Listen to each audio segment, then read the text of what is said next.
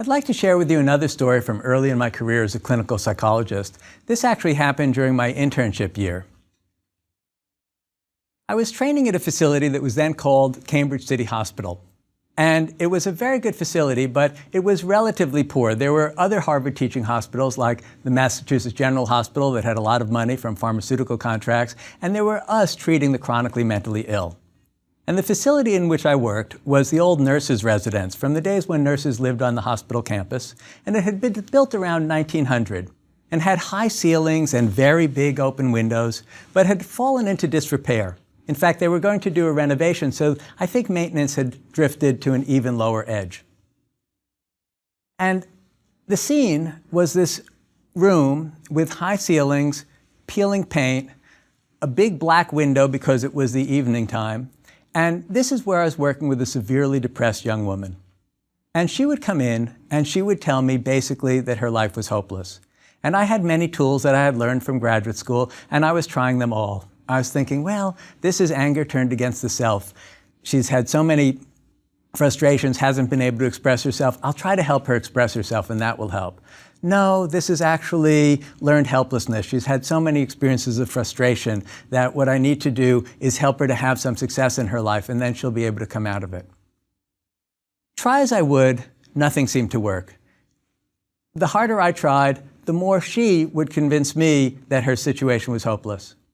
I remember leaving sessions and walking to my car and thinking, I was a good student. I could have gone into so many fields. This is clearly not my calling. But luckily, I had good supervision, and we started observing a pattern.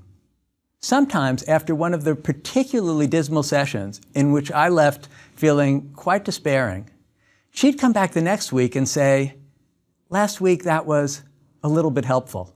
I remember thinking, to you, maybe. I was ready to drive off a bridge. It was so depressing, frankly. And then we started seeing a pattern. That when we had these sessions that were particularly difficult, those were the next weeks in which she was feeling a little bit better. And what seemed to be happening was, if she could actually have me join her in her pain and actually feel the despair that she felt, that helped. That made her feel a little bit less alone, a little bit more understood, and a little bit hopeful. Now, even when relating to people who aren't particularly distressed, our capacity to be present and feel what they're feeling is very important for the relationship to go well. And the more intimate the relationship, the more this matters. Mindfulness practices can help us to be more fully present in precisely this way. Mindfulness is a kind of training in being present. A friend of mine was talking to a hospice director and asking about people's reflections on their lives, and particularly if they have regrets. And the hospice director said that the number one regret that he hears isn't that people hadn't accomplished more or didn't have more exotic or stimulating experiences, but they regretted having not been more present for the everyday events of their lives. Our normal state, especially in an era of smartphones, computers, and constant connectivity, is a kind of partial attention. We multitask.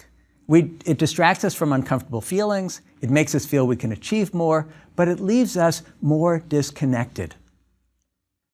Of course, we do have moments of full attention. Sometimes it could be simple things like threading a needle, or slicing a tomato, or walking on ice, or even watching a sunset, or perhaps empathizing with a grieving friend. Sometimes danger can help. When we reach to get a tomato from a bin, we might do it with partial attention. When we slice it, more full attention. I mentioned earlier the Zen answer to sleepiness. Try meditating at the edge of a very deep well or a high cliff. Danger can highlight our level of attention. But often, just the intention to pay attention works, like listening to a symphony and having the intention to bring our full attention to it, or deciding to turn our full attention to our friend or a loved one. Concentration practices help to increase attention simply by repeatedly practicing paying attention to an object, and every time that the mind wanders, bringing it back home to the object. Insignificant events can become vivid or rich, and we see this in our informal practice, brushing our teeth, showering, driving. If we bring full attention to these, they become very rich, very rewarding, and very full experiences in themselves, not obstacles or difficulties on the way to going to other things.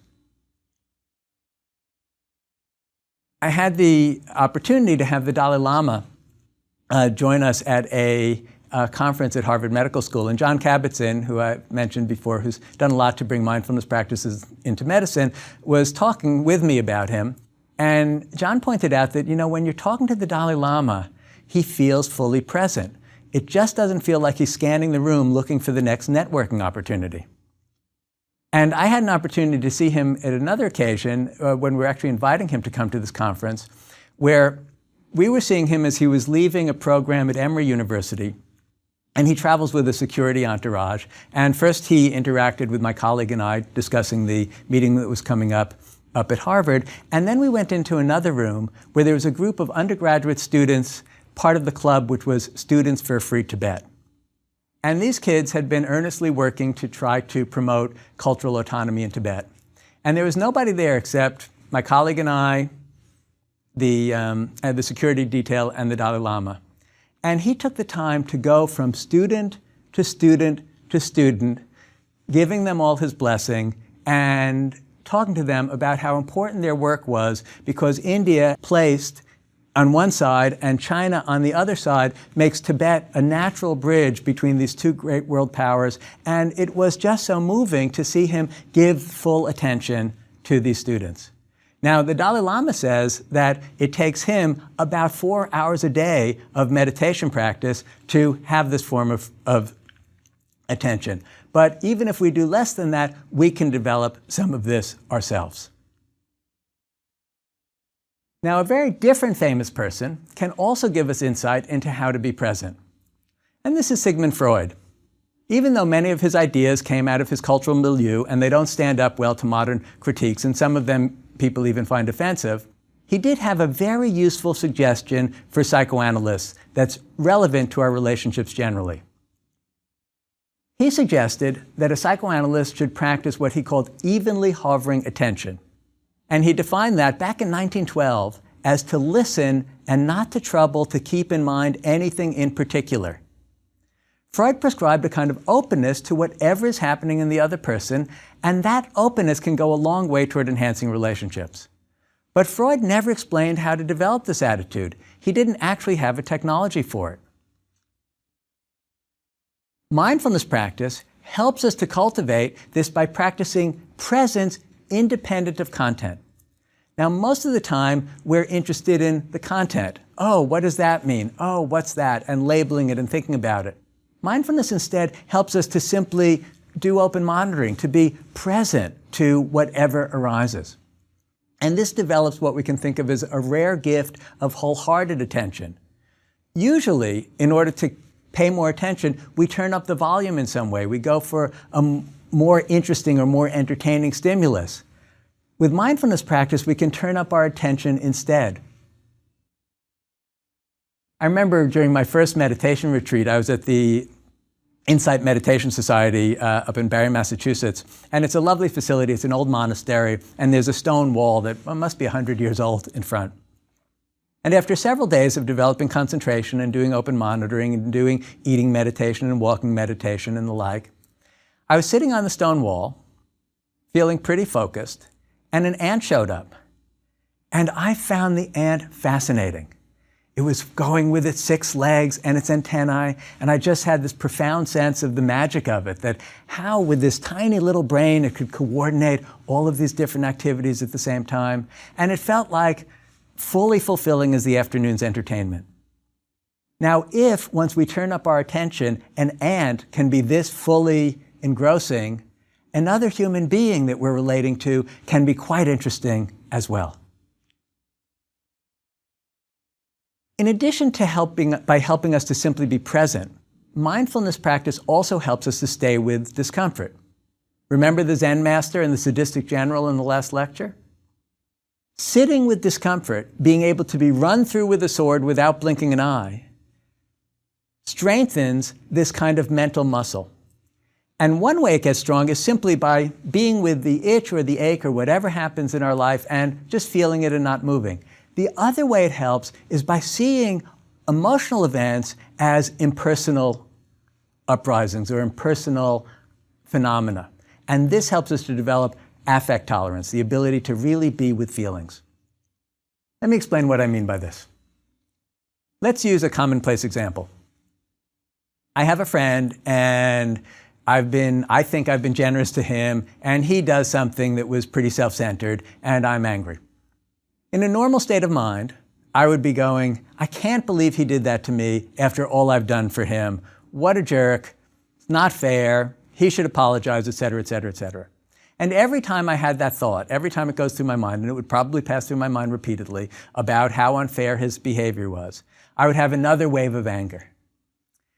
If, on the other hand, I was doing mindfulness practice and being with this, I would simply notice, and I'm going to use words, but these are sensations, not narrated experiences. I would notice the tensing of these muscles, perhaps tightness in the chest, perhaps my respiration picking up, perhaps, if it was really bad, images of decapitating my former friend dancing through the mind. But these would all be seen as impersonal events arising in the mind and body. And when they're experienced as impersonal events this way, they don't grab us in just the same way. We start to notice that the wave comes, the wave goes. The tension appears, the tension leaves. And it's not just anger. It could be fear. It could be joy. It could be sadness. It could even be lust. When we start to notice these as all simply neurobiological events, rather than my precious feelings, they're transformed and we're able to tolerate them at much higher levels. When it's not personal, we have greater affect tolerance, the ability to feel this in greater intensity, greater pain tolerance. We even have the capacity to be with things like boredom, to be with aggression, to be with restlessness. And all of these things facilitate connecting with others. Because so often when relationships go poorly, what's happening is where the other person's doing something, we find it uncomfortable, and we feel a need to stop it. Now, another thing that we see, and we see this very much in psychotherapy, is that other people can only really be close with us if we can tolerate both our feeling and their feeling simultaneously. Remember the example that I said at the beginning of this lecture. It was only when I was able to be with her pain that we were able to connect and she was able to get some relief from being together.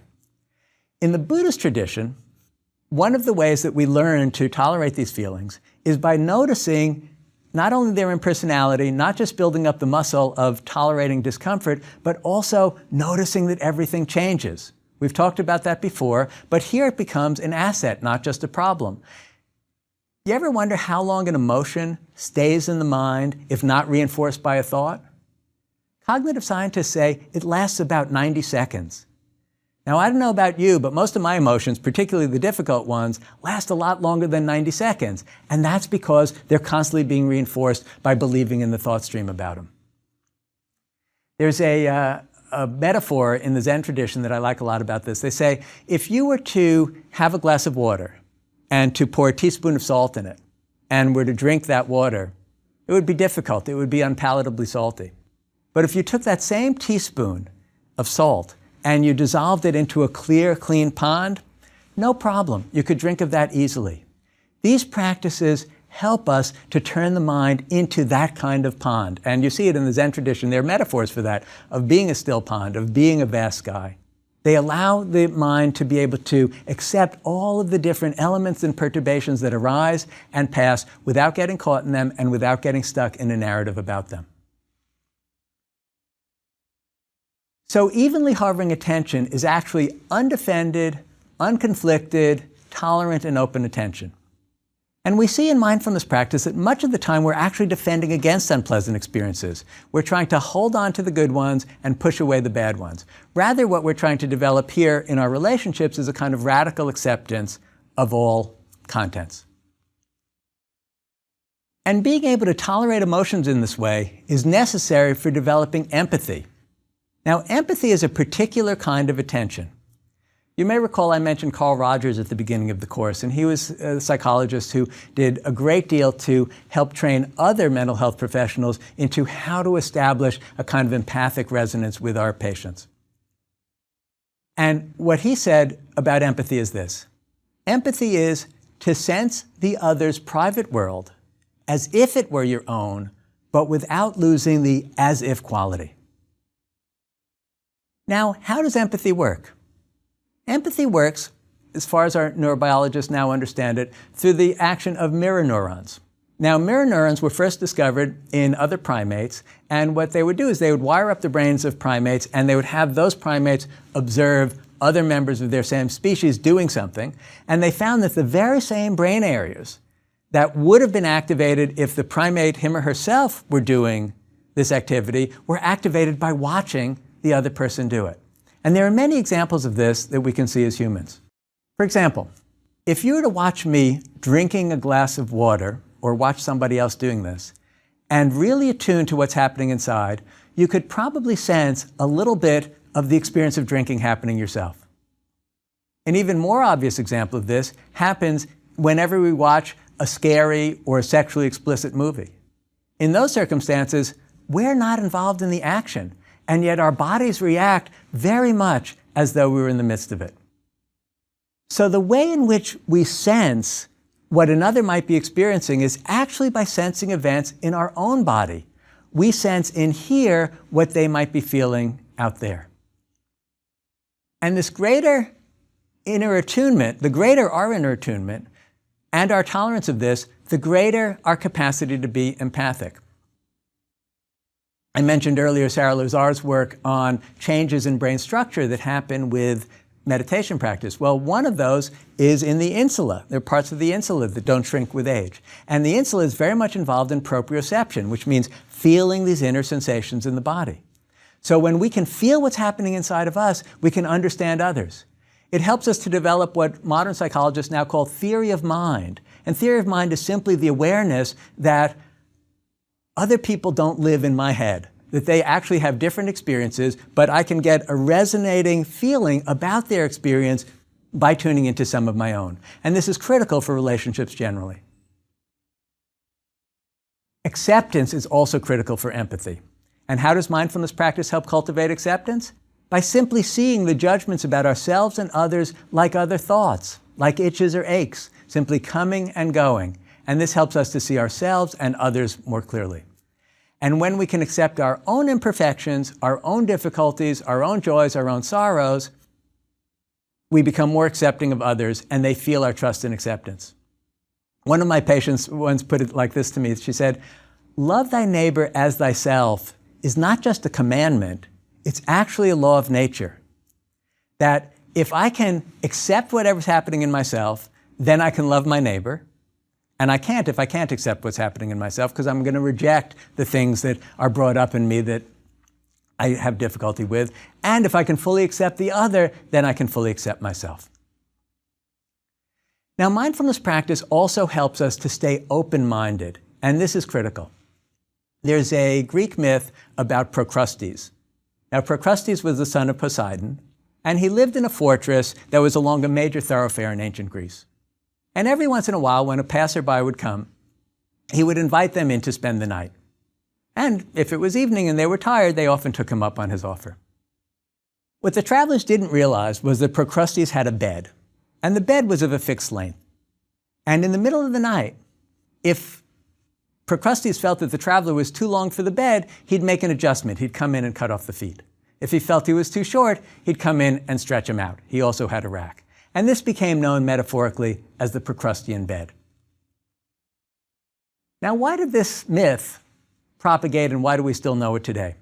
Well, it's because it has a certain resonance with a very basic psychological experience. This is what Jean Piaget, the pioneering cognitive scientist, called assimilation and accommodation. He pointed out that when young children are developing, they develop what he called schemas for the world. These are understandings of how it all works. Can be basic, like that's a chair and that's a bed, or this is what a good person's like, this is what a bad person's like. And as we develop, we do one of two things. As we get new information or new data, We either assimilate it into our existing schemas, or we accommodate, we change those schemas to account for the new information. As we get older, we get better and better at assimilation and not so good at accommodation. We tend to see new things as, oh yeah, that's just old wine in new bottles. I know all about that. Now that attitude doesn't actually work so well in relationships. Because in relationships, if we think we know what the other person's thinking, we know what they're feeling, we know where we're coming from, I'm sure you've had this experience, that can cause trouble. We do much better if we have a kind of radical uncertainty. And mindfulness helps us to have this uncertainty because we see all of our thoughts as simply coming and going. We don't trust them as much. It's a little bit like jumping out of an airplane without a parachute. It's terrifying until you realize that there's no ground. All that's going to happen is the next experience, and more uncertainty. This is famously expressed in a statement by Suzuki Roshi, the Zen master. He said, "In the beginner's mind, there are many possibilities. In the expert's mind, there are few." Now, of course, there are some beginners that don't really have beginner's mind, but we're trying to cultivate this kind of openness. I often do an exercise with psychotherapists, and I ask them to reflect on what keeps them from being optimally present in relationships. And you might ask yourself this: what makes it hard for you to be open, present, to feel the other person's feeling, to have evenly hovering attention, to have beginner's mind? For each of us, it's different. For one of us, it's, well, the person's talking about something that's upsetting to me and I don't like the upset feelings. For another one, it makes me anxious to feel so close. For yet somebody else, it might be, well, I disagree with them and it's hard for me to have that disagreement. It's very useful to reflect on this mindfully. Now, early in the history of mindfulness practices, when they came to the West and they were being taught in meditation centers, there was a lot of emphasis on concentration and open monitoring.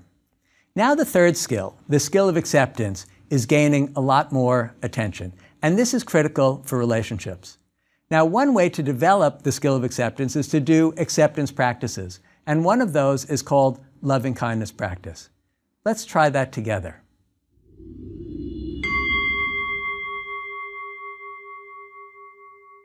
This is a loving kindness practice, also called metta meditation in the Pali. And because it involves visualization, it's usually easiest to do this with the eyes closed. So allow the eyes to close and just follow the breath through a breath or two to settle into the present moment. And then bring to mind somebody who is naturally loving and kind. This could be somebody you know in real life, like a friend or a loved one or a mentor. It could be more of a religious figure, like Mohammed or Jesus, the Buddha or Moses. Or it could be a spiritual teacher, like the Dalai Lama or Mother Teresa, Martin Luther King. Just somebody who naturally brings a sense of loving kindness to you when you think of them. Could even be an animal or a place in nature. And just envision this being and begin sending good wishes in your heart to this being. And there are traditional phrases that are often used for this. One set goes like this: may you be happy. May you be peaceful. May you be free from suffering. And people often find that if they take their hands and take one hand and put it over your heart, and the other hand over that first hand, and apply a kind of gentle and loving pressure, it helps to evoke the feeling of loving kindness. So try that for a moment. Envision this loving being, and just to yourself, say the words. May you be happy. May you be peaceful.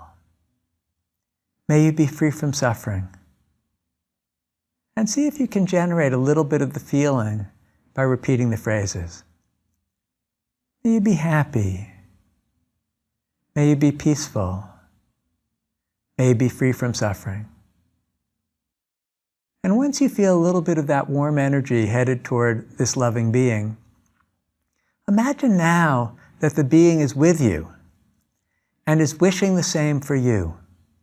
And join them by turning the phrases toward yourself, again with the hands over the heart. May I be happy. May I be peaceful. May I be free from suffering. May I be happy. May I be peaceful. May I be free from suffering. And see if you can feel in your heart a little bit of that loving kindness toward yourself. May I be happy. May I be peaceful. May I be free from suffering. And once you feel it toward yourself, pick somebody you care about, a friend or a loved one, maybe somebody in need, and hold them in your heart and in your mind, conjure an image of them, and try sending the same loving kindness wishes to him or her. May you be happy. May you be peaceful. May you be free from suffering. May you be happy. May you be peaceful. May you be free from suffering. And were we to practice this for a longer time, we could expand this out and send the same wishes to all sorts of other people and beings. And to bring this to a close and bring our attention back to the present moment, I'm going to ring the bell and listen to the sound of the bell from the beginning of the ring until it trails off into space and you can no longer hear it.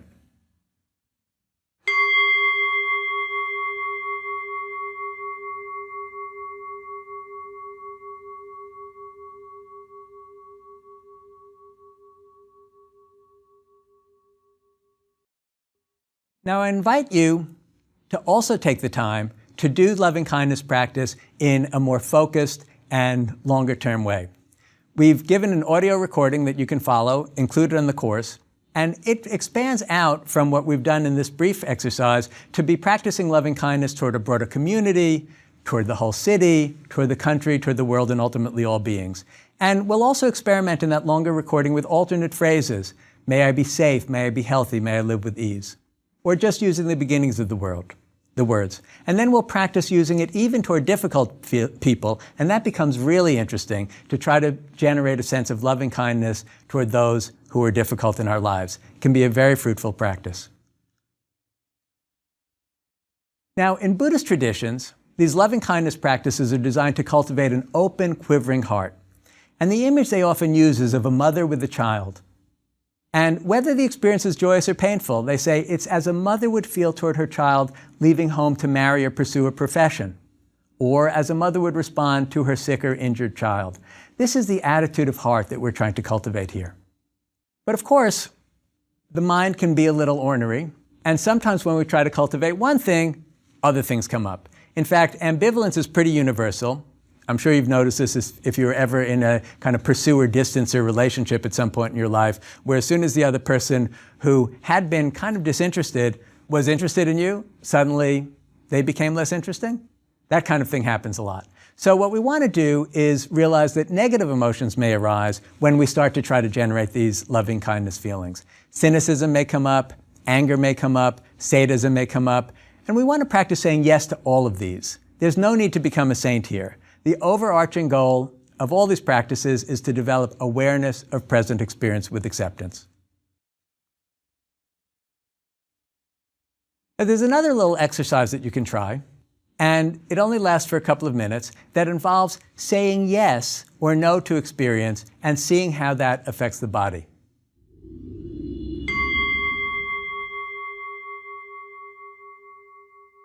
So for this exercise, begin by just settling into the body, taking a few breaths and feeling whatever's happening in this moment.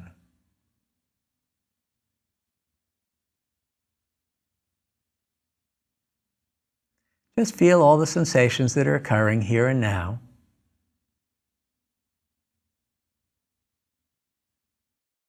And now try in your heart and your mind saying no to the sensations, as though you don't want these sensations to continue.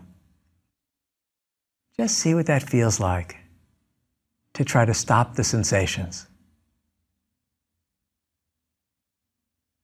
Just say no.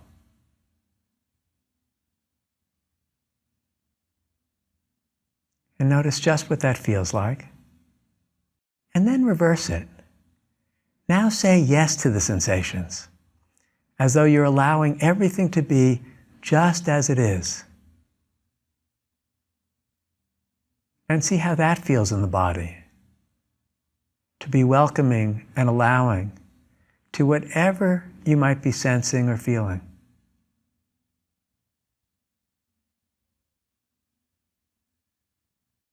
Notice the difference?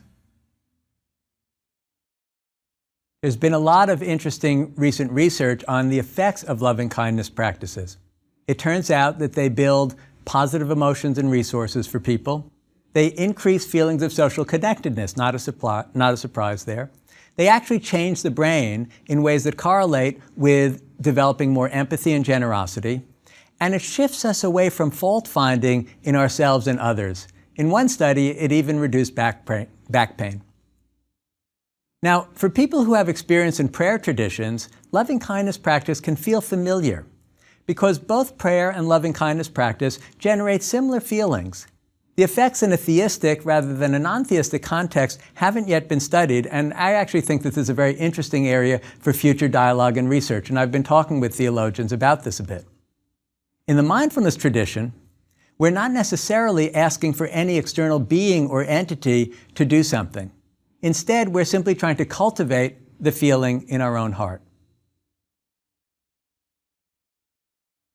In the next lecture, we're going to look at a particular kind of empathy for suffering. And when it includes a wish to help, we call that compassion. And we'll see how mindfulness practices can help us to develop compassion both for others and for ourselves. Thanks.